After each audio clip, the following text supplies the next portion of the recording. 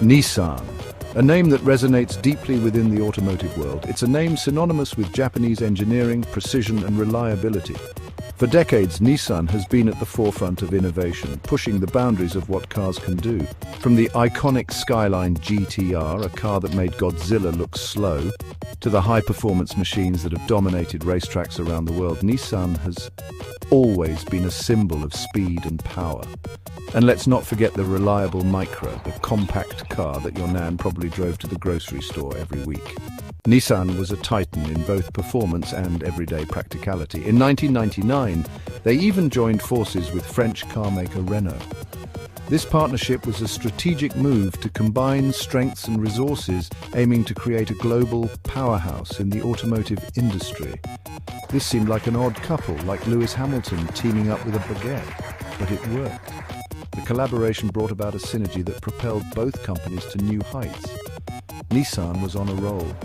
Their assembly lines were buzzing and their cars were being shipped to every corner of the globe. They were selling millions of cars, making billions of yen and laughing in the face of their rivals.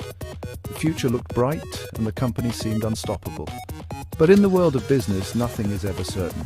What could possibly go wrong? As it turns out, quite a lot. The challenges ahead would test Nissan's resilience and ability to adapt. Turns out quite a lot. Remember that Renault partnership? It was supposed to be a game changer, a strategic alliance that would propel both companies to new heights. But what it really did was bring in Carlos Ghosn, a man with a larger-than-life personality and an even larger appetite for control. Ghosn ran the company like a dictator with an iron fist and a fondness for expensive cheese. He was a man of contradictions, a savior to some and a tyrant to others. His leadership style was as controversial as it was effective, at least in the short term. Under his watch, Nissan focused on selling more cars, more. The mantra was growth at any cost. They expanded aggressively, building new factories and increasing production capacity. The goal was to flood the market with Nissan vehicles to outpace the competition by sheer volume. They built factories, churned out vehicles and flooded the market. The assembly lines were running non-stop and the workers were pushed to their limits. It was a high-stakes game of numbers and for a while it seemed to be working. But quantity didn't mean quality. The relentless focus on production numbers led to a decline in the quality of the vehicles. Customers started to notice and complaints began to pile up. The very strategy that was supposed to secure Nissan's future was now putting it at risk. And then the Ghosn scandal hit. It was a bombshell that rocked the automotive world. Carlos Ghosn, the man who had been hailed as a genius, was now at the center of a massive scandal. Financial wrongdoings, hidden payments, the lot.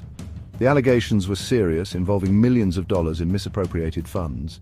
It was a scandal of epic proportions and it sent shockwaves through the industry. It was like finding out your favorite uncle was actually a bank robber. The betrayal was deep and the repercussions were immediate. Trust was shattered and the company's reputation was in tatters. Nissan was in deep trouble.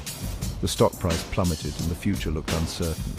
The once mighty automaker was now fighting for its survival, grappling with the fallout of Ghosn's actions and the consequences of its own overambitious strategies.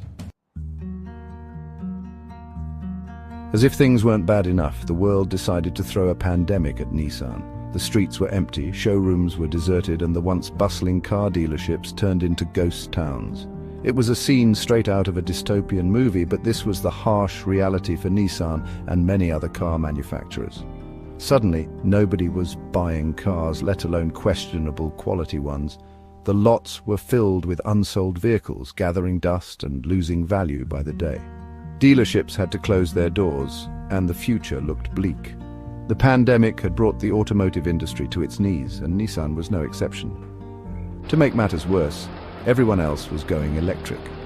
The shift towards sustainable energy was accelerating, and electric vehicles were becoming the new norm. Charging stations were popping up everywhere, and consumers were flocking to buy the latest electric models. Nissan, however, was struggling to keep up with this rapid transformation. Tesla was launching rockets and building cars that could drive themselves, while Nissan was still trying to figure out how to fit an ashtray in the Leaf. The innovation gap was glaringly obvious. Tesla's advancements in technology and their bold vision for the future left Nissan looking like a relic of the past.